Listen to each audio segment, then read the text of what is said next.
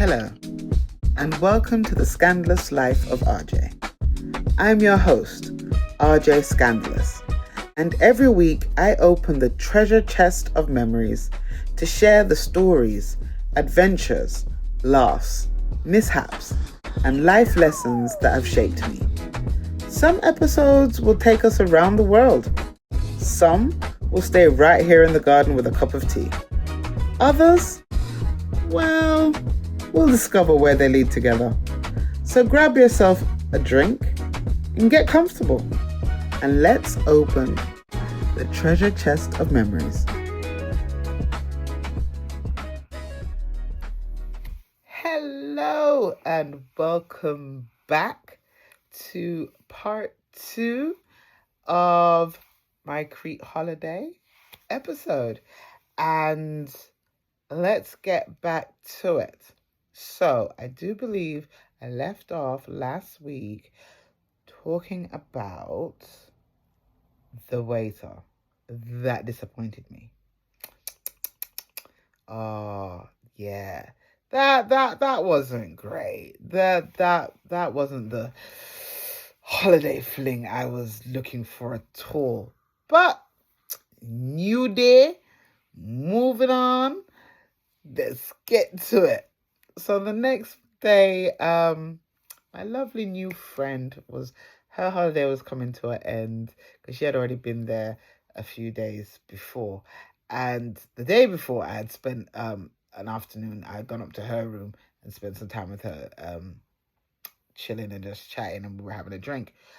But what was really strange is that her room was in a different block from my block, but it's the same hotel.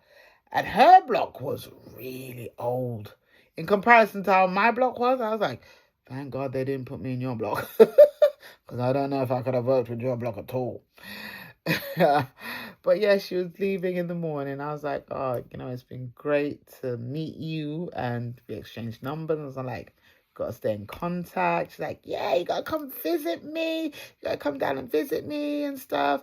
I was like, absolutely. And you say that when you're on holiday, right? You say all those wonderful things and you're like, yeah, man, I'm gonna come look for you. We're gonna stay in contact, blah, blah, blah. Well, we did. Well, we really did. We really did, being texted back and forwards and calls from time to time, and I have gone down to see her twice. So yes, she has become truly a good friend to me over the years. And it's amazing how you can go on holiday and make these unexpected connections. You just never know who you're going to meet on holiday, and you just never know if that person could end up being your next best friend, your future husband or your wife. Like, you just don't know what could happen where that intersection of adventure and life and people, humanity meet. Like, it's just, yeah. And this was one of those moments where I'm really grateful for saying, do you need a hand to help you walk down on these rocks? Because she really is a great friend. So yeah, she left in the morning. So I'm just like, okay, what am I going to do? So I decided to go back to the bus stop. So I know my route now. I've gone back to... And I decided I'm not going to get the bus in that direction. I'm going to get the bus in that direction now. I'm going to go in the next direction and see where that takes me. So I cross over the road and get to the next bus stop. And I started there waiting for the coach to pick me up. Get on that coach, and it goes. And this time it's going to, I think it's Chania, that it goes to. And I'm just like, I'm just going to walk around. I'm literally just going to wander around, mark the spot where I've gotten off of the bus so I know exactly where to get back to. See, I learned that from the other one, the first one. We're going to do that same principle again. And just wandering around the shops, picking up little trinkets now for like my kids and stuff, and souvenirs for people. Like, I have a thing about actually I do believe this is the holiday where it started. I started to then buy my mom a fan. So, and I made sure the fan would have where I visited. So my mom has, at this moment in time, a large collection of fans from all over the world where I've gone to visit. It's such a great little thing that she has up there. But yeah, so a fan, and I remember buying my son like a ring, yeah, and some other little things. It was one of those days where you literally just wandering around, no purpose. And I come to another like marina, and this time there's boats. Yeah, and I remember calling my son, my older son, and I was like, "Oh, babe, you should see this boat, this little yacht. It's so cute. It's the kind of the one like I wouldn't mind you getting me." Now, when I say this, this is one of those funny stories. When my first son was born, yeah, and I had him by C-section, and they finally put him in my arms. The first thing I said to my son, the first words that he heard me say to him was, "You're gonna buy mommy a yacht." Those were the first words I said to my son. I'm trying to instill ambition in my child from young. So now every so often, I'll remind him of that fact. I'm like, remember you got to buy mommy a yacht, you know. Just remember that. So when I saw these boats there, I instantly called him up like, look at this. He's nowhere near the age or at that point where he can afford to or do any of that. But it's just me just putting it in his head, cementing it in his head that you need to strive and you need to be successful enough in your life that you can buy your mother a yacht. So, and I'm always there supporting him. Yeah, because back of my mind, you got to support this child because he's going to be the one that's going to buy you that yacht. So, yeah, support him. Ulterior motives. We ain't stupid. Like, we're good parents because we know that when we old, you're going to be the ones looking after us, innit? So, come on now. You get me? So yeah, so those boats, that was nice. And then I saw this large cathedral. Had to go in there. Again, I was not disappointed. Wasn't disappointed by how much gold was in there. Whoo, all the glistening. So pretty. I was like, okay, and wandered around, done my shopping now. I'm like, okay, let's find my way back to the bus garage so I can get the bus back. So I jump on that and get back. Then I'm like, okay, I need to find somewhere to eat dinner now because I'm not going to the restaurant, am I? So I find another little restaurant right by the beach that and there's hardly anyone in there. It's like empty. I'm not sure if like the season now is starting to close down, so there's not as many places open and not as many tourist people around. Yeah, so it was empty. It was just me in the restaurant having again pizza. Pizza was nice, and again I had to take home the pizza. I don't know what it is about me when I go away. Like pizza just seems to be one of those things. Sorry, and it's not like it's one of the things that I eat at home a lot. So I don't know, but pizza was a thing. Sorry. So we then go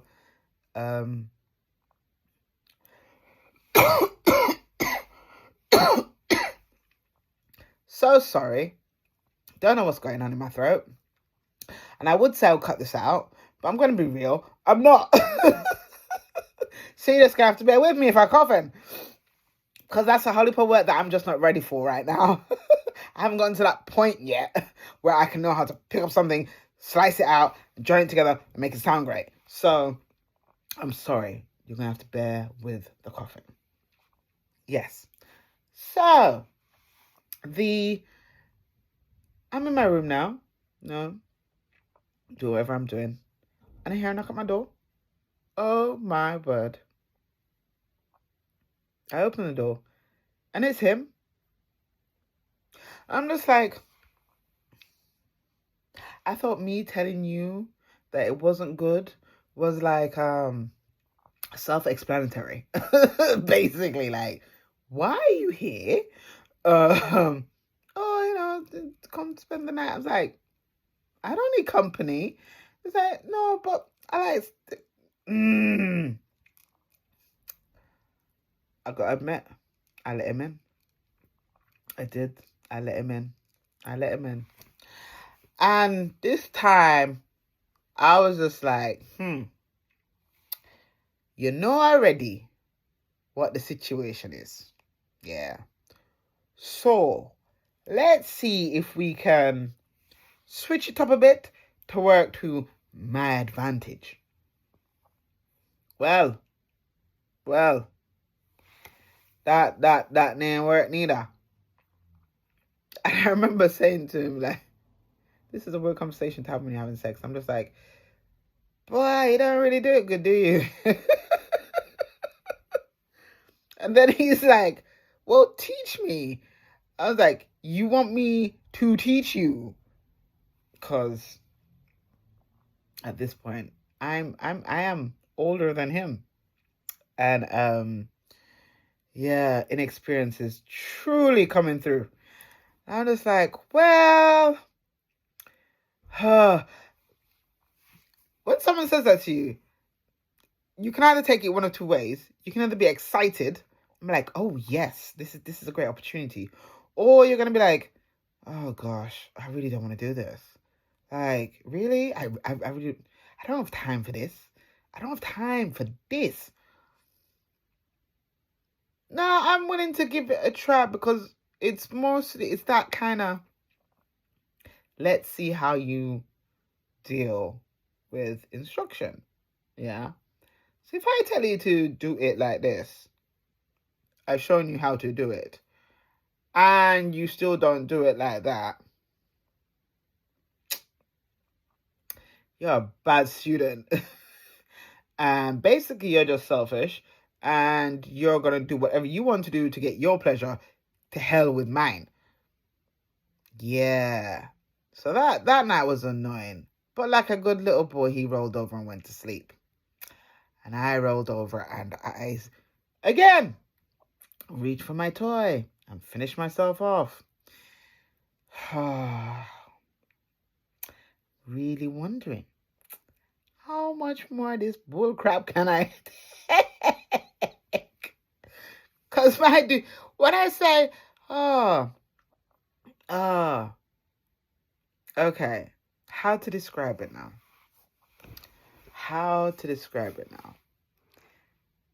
This is how I basically describe the self guys that all fall into this category, yeah. And this is how I describe them. They're like the Energizer Bunny. Have you ever seen that Energizer Bunny commercial where the bunny is just bang, bang, bang, bang, bang, bang on the drum? Bang, bang, as it's moving, bang, bang, bang, bang. That's what it was. That's exactly what it was. That rhythm, continuously, without any change. That's what it was. That's why I said my dude had no rhythm. Because he was just a one rhythm man. And that is not rhythm. It's just, and I've had a few of these kind of guys in my life, and it's always just, it's not good. It's just not good that, it's just, and that's it. Oh, no, just pounding the brass out of me, like, no. It's not good. It's not good. Anyways, to the next day, getting over that disappointment again. And this time I was like, okay, we've got to get out of here. Because I don't want to spend too much time where he think like, if he's got time off and he's on a break, that he can come swing by and like, no, we need to get back down and see what train is going today. So I went back down to the ticketing office and they said, yep, they've got a tour for today. And this was going to be doing like, going to like to a family museum that the family did like olive pressing and stuff, and then to a monastery. And I was like, how long is that gonna be? And they're like, most of the good chunk of the day. I'm like, yes, sign me up. Where do I pay? Give me the ticket. So I went, get myself ready, came back down in time, got onto the train. This time it was a white and mint green choo-choo train. Same tractor light train with the wagons that is pulling along. So I got on it and I was like, yep, take me out of here. Let's see what we're seeing today. So we've gone into a different area and again, beautiful views, mountains, valleys, trees, some rivers and stuff. Just beautiful. Yeah. So we put up to this museum and it's basically just a family home with like a shop attached to it on the side and some old olive press stuff going on outside. So we go in now and they give you a little bit of tour and then you're allowed to walk around and look at all the artifacts in the house. And it's basically their family home. So it's got like old furniture, pots and pans, teapots, big pottery jars that they would have stored olive oil in or wine in, rugs and all that stuff. But there was one item in that museum that I had to stop and take a minute. And for a lot of people my age and older, you're going to know this item. Yeah. It was a Singer sewing machine. One of those old-time Singer sewing machines where the sewing machine is attached onto the bed. There's no electricity. It's got that big metal foot plate on the bottom, and you just press it down. Or you can use the hand crank at the side. And let me tell you something. Give me one of those old machines anytime. Give me one of those old Singer sewing machines anytime over these modern electrical foolishness. They are so reliable. It's like they just can't done. And it's something about the fact of those machines always remind me of my childhood. Like my mum had one, her sister had one who was a seamstress. Like it's just something, usually your granny have one and it's just so, yeah, it really is just one of those things where you're like, wow, it's universal. I think it's like universal. Like I don't think there's any country that hasn't had those old ass Singer sewing machines. They're yeah. So that gave me a little moment of thinking back to my history, and my memories. And then went outside and you saw these big rocks, circular rocks that obviously a mule would have pushed around for grind the olive oil. And then we're going to the gift shop. Love me a gift shop. Buying olive oil. And then again, I'm back to that whole thing of, I want to buy, but I've got to find the smallest bottle that can fit into my hand luggage. Worse yet, it can't even just fit in my hand luggage because it's not checked in. It's hand luggage, isn't it? And if it's a liquid, it's got to go into that little bag, in it. So I'm just like, I can't even. In my mind, I'm like, there's no point of trying to buy this because if I try and buy this now, it is not going to fit into that little bag. So I'm like, And they had honey as well. I couldn't. I was like, oh man. I did find something else that wasn't a liquid that I could buy. But I was just like, oh man, it would have been nice to, brought back some olive oil. But I was like, you know what? The best bet in that situation is to buy it at the airport. When you've already come in, checked in, and then you can buy a couple of bottles and carry with you. I was like, okay, let me do that. Remember that now I'm saying that? Okay. So I've come back now and it's like I'm chilled, I'm relaxed, and I'm just like, sorry. We didn't stop there. The choo-choo train kept on choo-choo-chooing. And it kept on choo-chooing up the hill till we got to a monastery. once again, I love a church. So we go into this place and it has beautiful gardens. It has some lovely roses and beautiful, and it had lavender. I love me lavender. Purple, yes, but I love me lavender.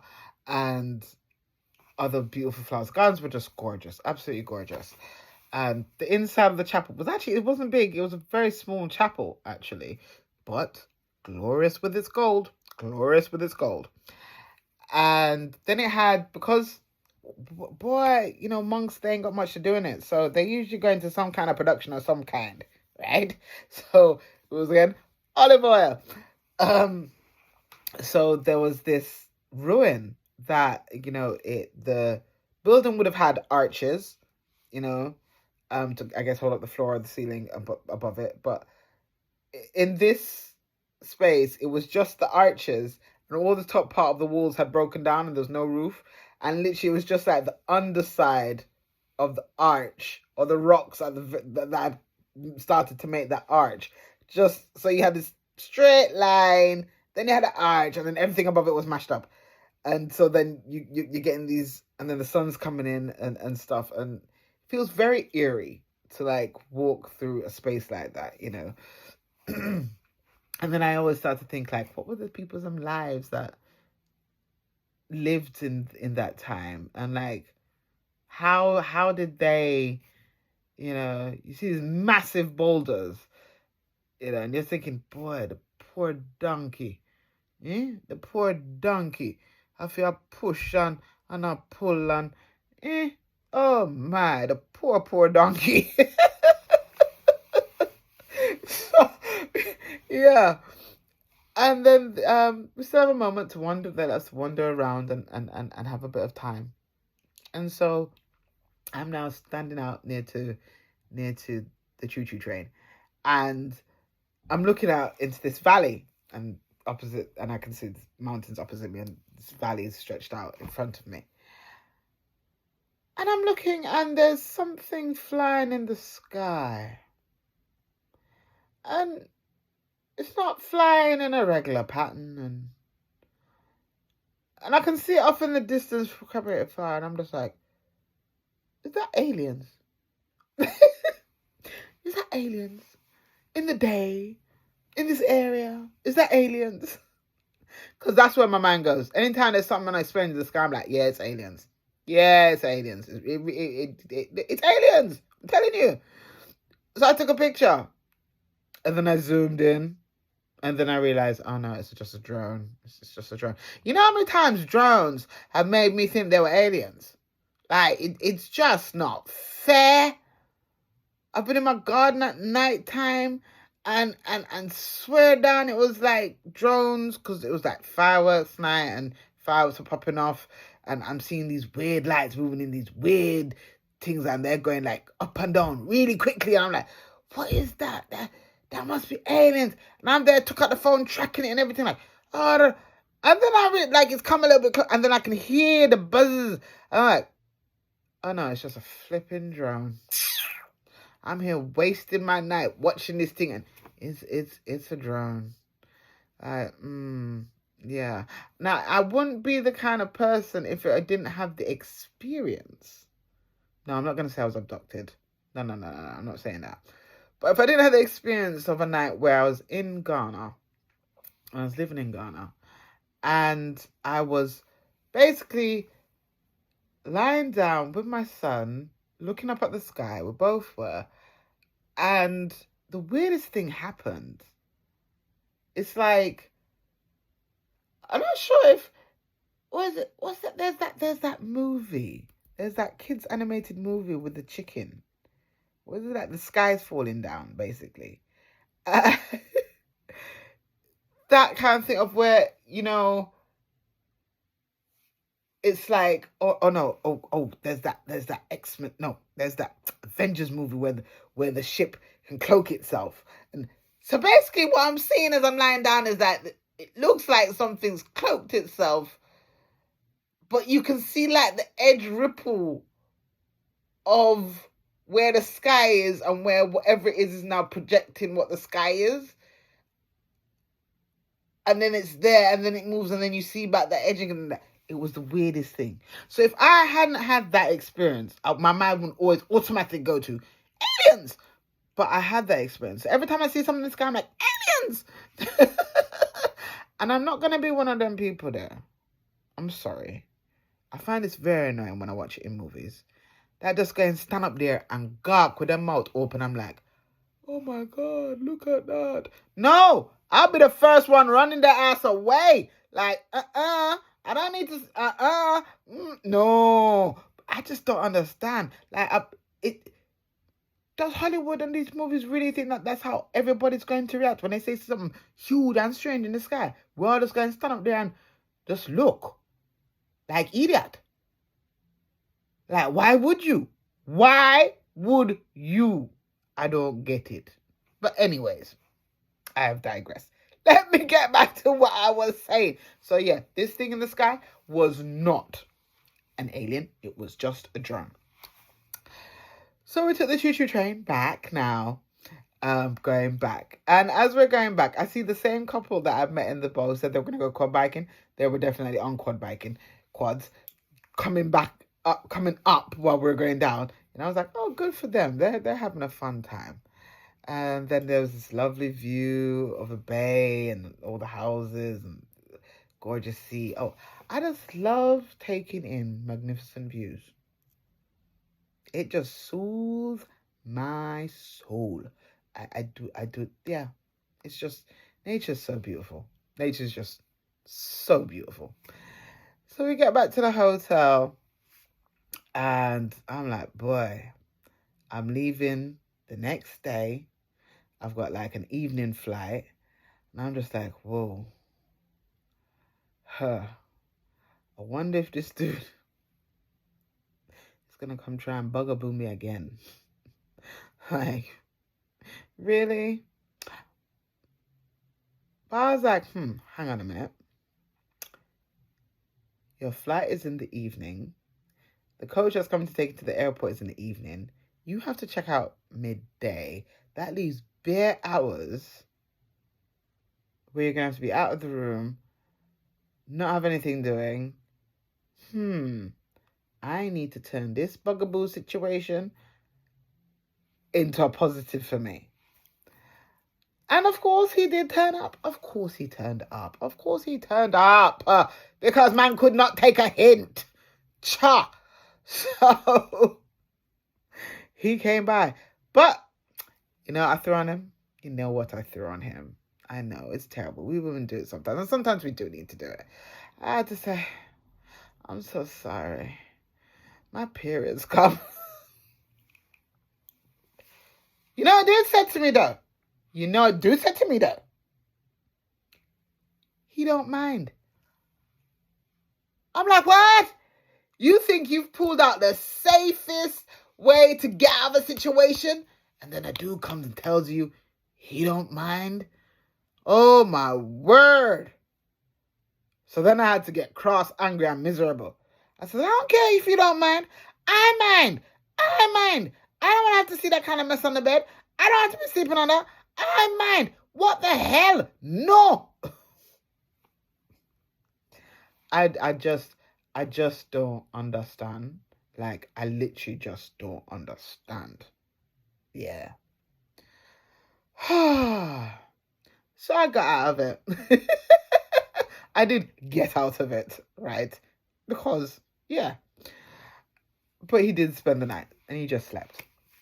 I'm thinking, what is the situation why he feels the need to really sleep here all the time? Like, I don't get it. And so in the morning, I say, you know what, I'm leaving today. And he's like, oh, no, you're leaving. Oh, give me a number, da-da-da-da-da. Why did I do that? Like, I don't know why I did that. But I did. That's because I'm a nice person. But anyways, so I gave him my number. And I said to him, I was like, you know what? I'm wondering if there's something you can do for me. He's like, yeah, sure, anything. So I've got to check out. And I was wondering if I could stay in your room. Because the hotel puts them up. Because they are seasonal workers that come in for the season. Yeah. I was like, could I stay in your room until I need to leave? He's like, yeah, sure. Just whenever you've checked out, come and find me at this block. So I'm like, and call me. I'm like, okay. So I check out, I have breakfast for the last time and stuff, and then I check out, do my last minute packing, check out, and I go over to the block where he tells me I should meet him, and I call him. So he comes down now, and he comes, takes my bag, and he carries me up, and we go up the stairs and go to his room. Now, I'm not sure what situation I was thinking I was going to see, but it wasn't that situation. Like, I thought when he's, like, Hotel puts them up, they're putting them up in their own rooms, like, not as great as our rooms, but, no. It's a 1 room, 3 beds situation. And I'm like, wow, how many of you are, it's like 3 of you sleeping in this room together? He's like, yeah. I'm like, oh. So when I've now come into the room, someone's sleeping on the bed. I was like, oh, I don't want to, is he going to be okay with me? He's like, oh, yeah, no problem. Yeah, this is my bed and thing. I was like, okay, I'm just going to lie down and sleep then in it. I don't want to disturb him. Like, okay. He's got his shift going now, so he's gone off to, and he'll see me in the evening before I go or something. Or, no, he didn't see me. No, his shift was going to go on until after. So he's like, he'll call me when his shift is finished. I was like, okay, fine. Thank you. Nice to meet you. Had a great time. Hug, kiss. Bye. Went to lie down on his bed. Started to drift off. Then hear that the other person on the bed has woken up. So they've gotten up now. So now I turn over and I now see who it is. You got to love the universe, Yeah, because sometimes it gives you just exactly what you want. Cause this dude was the waiter I clocked first time. And I was like, oh, ooh, niceness. Oh, Lordy. So now I'm in the room, he's in the room, next dude is working. What's going to happen? So he said, and he's like, yeah, how you doing? I'm like, yeah, I'm good. I'm good. And I said, I'm leaving today, so I'm just asking if I can stay until my coach comes later. He's like, okay, what time is that? And I tell you, it's evening coach and thing because I got a night flight. And you can see like a light bulb just gone off in somebody's head. I could see the light bulb go off in his head. Yeah. So he's like, you want a massage? Whoa. The girl's not going to say no to a massage. Oh, hell no. Yeah, I was like, yeah, I'll take a massage. I'll take a massage. Now, I was wearing a swimsuit and a swim dress. I was wearing like a bikini and a light blue swim dress, the one that kind of like has cut outside and it ties at the side kind of thing. I was wearing one of those. So it was quite appropriate for me, easy to take it off and be in my swimsuit. Yeah. And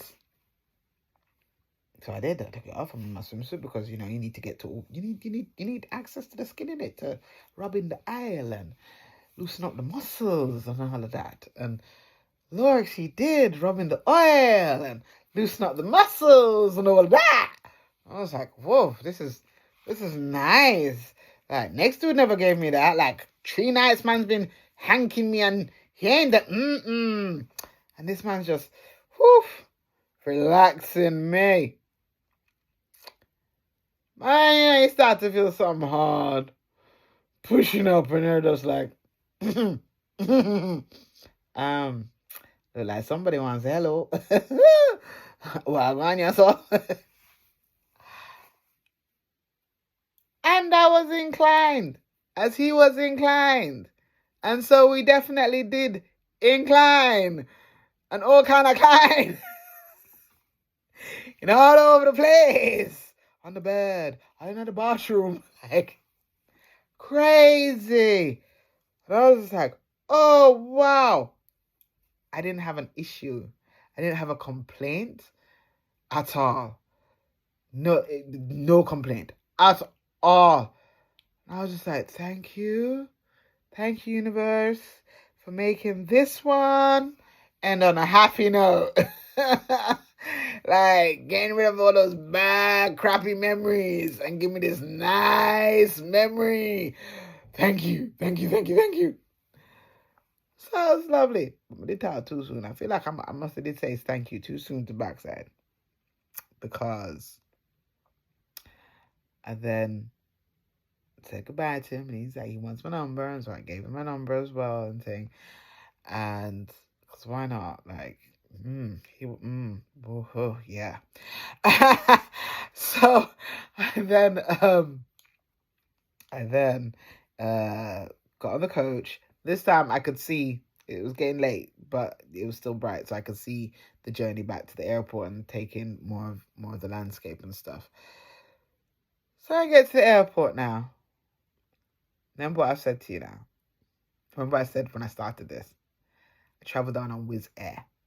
Yeah. Also remember what I said is that I wanted to buy stuff in the museum.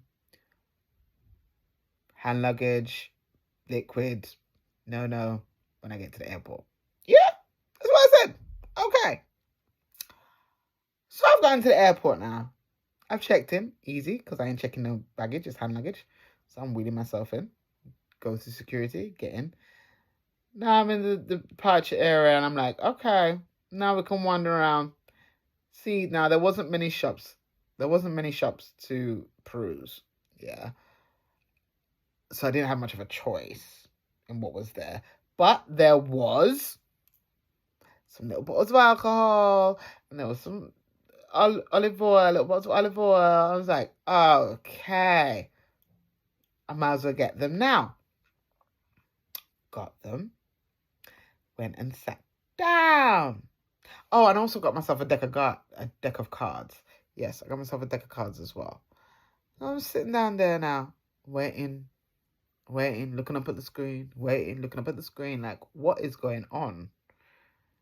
Flight time has come and they were like delayed. And just like, okay, delayed for how long? And you're just like, this is going on a while. Delayed. And you're just like, how long? When? They don't put up a time. They're just saying delayed. Like, wagwan, it's getting later and later. And we're just like, going up to the desk. I'm like, what's going on here? Like, am I going to be able to get compensation for this? Because this is going on a little bit long, isn't it? So now I've struck up a conversation with this lady who's beside me, and we now start playing cards because this is going on wrong. I was like, it's a good thing I bought this deck of cards. So we're now playing cards, waiting. So all you see is cancelled. I was like, what? They've had us waiting here for how long, and now it's cancelled? Like, what? So now when a flight is cancelled, you know what starts kicking off, innit? People start to be saying, we got places to be, I got work the next day, blah, blah, blah. That's always what you hear when a flight is cancelled. Now, my previous experience of traveling, I understand and I know the rule. You cancel that flight, you've got to put me up somewhere and get me on the next flight. So I'm not kicking off at all. But I'm also concerned of how exactly is this going to go? I know my rights, but how exactly is this going to go? Yeah? So I've gone to the desk now. I'm like, well, it's cancelled. Where are you putting us to stay? Like, what's the scenario? What's the situation? Right? So they said, okay, yes, it's been cancelled. We're going to send you to some accommodations. Then we'll bring you back tomorrow night. Yep. Then I'm also now thinking, hold on, wait 1 minute.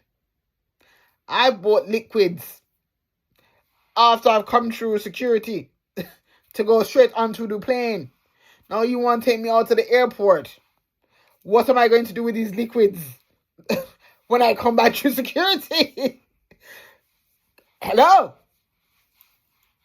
no checked in bag. Like, one. And I don't want to check in my bag. Don't then tell me that I need to check in my bag. Because then when I get to the other end, I've got to wait on the blasted carousel to give me my suitcase instead of just walking straight out to the airport. Like, So they're saying, like, don't worry. When you come back in, you'll get a little thing on your passport to say you went and you came back through, so it's okay. I'm like, oh, good. Don't need to stress and panic about that. Amen. So we get on the coach. A journey. It's not close by. It's a journey. And we get to, in a total different direction, get to another hotel. Yeah? I'm like, okay, cool. The hotel looked lovely. And I see that, and it's also the same thing when you get to the hotel, like the bum rush at the desk and give me keys, get my keys, and da. My thing now, I'm just like, I slowly walk in, I allow everybody to bum rush the desk, and I'm just like, I'm not gonna do that, you know, like it doesn't make any sense. So I just allow people to do that, and I follow along, and I'm one of the last people to get to the desk, and I'm like, all I need to know is, you're going to have a really nice room for me.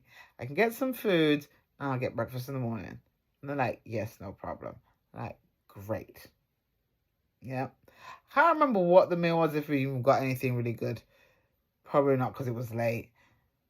Got up to the room. Wasn't as big as the room I was coming out of, but it had a nice big bed, which is all I need. Yep.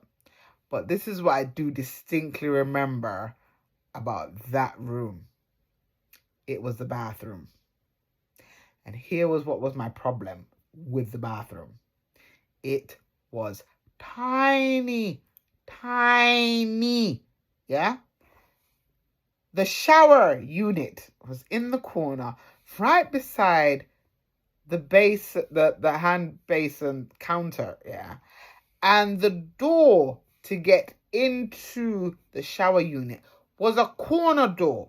So you know where the doors meet in the corner and then they slide back? And so I've got to come in to the shower through a corner. The corner that's also by the sink counter. And as I'm going into the shower now, I've scratched myself on the corner of the sink counter.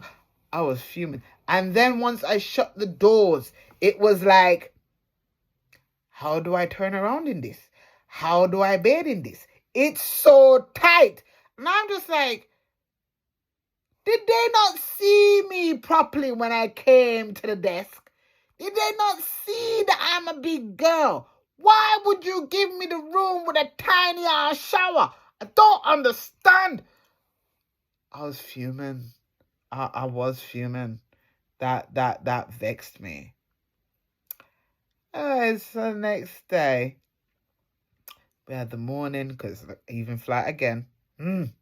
So we have breakfast. Then we got breakfast and we got lunch at the hotel. We were able to walk around and, because I'm just like, why am I going to stay in the hotel? I might as well meander and look around and see what's up.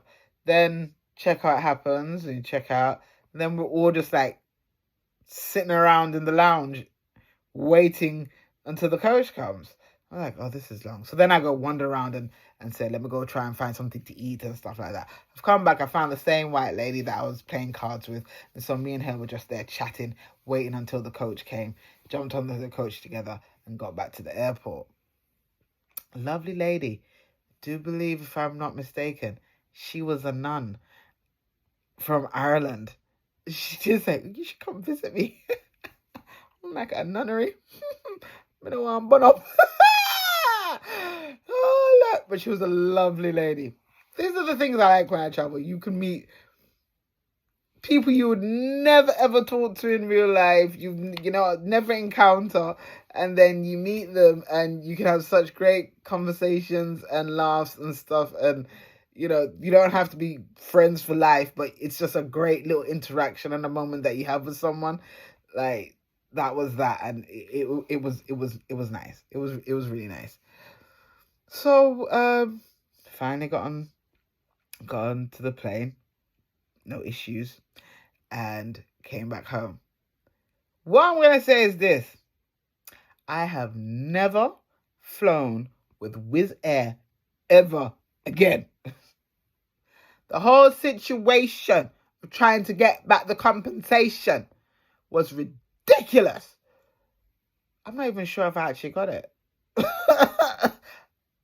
I'm okay. I know this is a long time ago, but I don't think I actually. Yeah, yeah. I would never travel with them again, and even with their cheap prices, I would rather go with a different airline that I feel more comfortable with. But that one's not the one. Not the one at all. So yeah, this trip was, it was one of those trips where you think it was gonna go how you had a idea of how you want it to be. You know, me and my cuz working at the beach, at the pool, having cocktails. No, that didn't happen. Then I met someone unexpected who turned out to be a friend for life, which is just the best gift, the best souvenir, the best takeaway ever from a holiday is coming away with a friend for life. And yeah, the madness of that whole fantasy of that dream waiter didn't work out to be how I thought it would be, but then it turned around to be quite nice. Yeah. And I have to say, on those waiters, they both still to this day text me from time to time. One's like, oh, we had a nice time. I'm like, yeah, I don't know why you keep saying that, because I didn't. Like, you need to stop. Next one, he just always sends me a dick pic every year without fail. Like, just to remind me of the good times. Whoo! Yeah, what can I say? It was one of those scandalously fun trips. But it was the beginning of me really traveling solo and being able to just know that I can do it, that I can have fun, I can trust myself to navigate myself from where I started back to that point, that I can have encounters, good or bad, but you can have a great time. And that was the beginning of really me doing a lot of solo traveling. I hope y'all have enjoyed this episode, the ending of this episode, this story, this Crete holiday trip. And I hope you had a good laugh with it. I hope you guys have a great rest of your day. Thank you so much for spending this time with me. And let's see what next week will be. It could be another memory that I pull out of the treasure chest, or it could be whatever's going on right now in my head. Either way. But I'm going to say, remember to have the memories, the laughs, the mischief, and have fun, y'all. Mwah. Bye. Thank you so much for spending this time with me. If you've enjoyed today's episode, I'd love it if you'd follow the podcast and come back next time as we open the treasure chest of memory again for another story. Until then, make wonderful memories, enjoy a little mischief, laugh often, and embrace the lessons life gives you. Take care, and I'll see you in the next episode.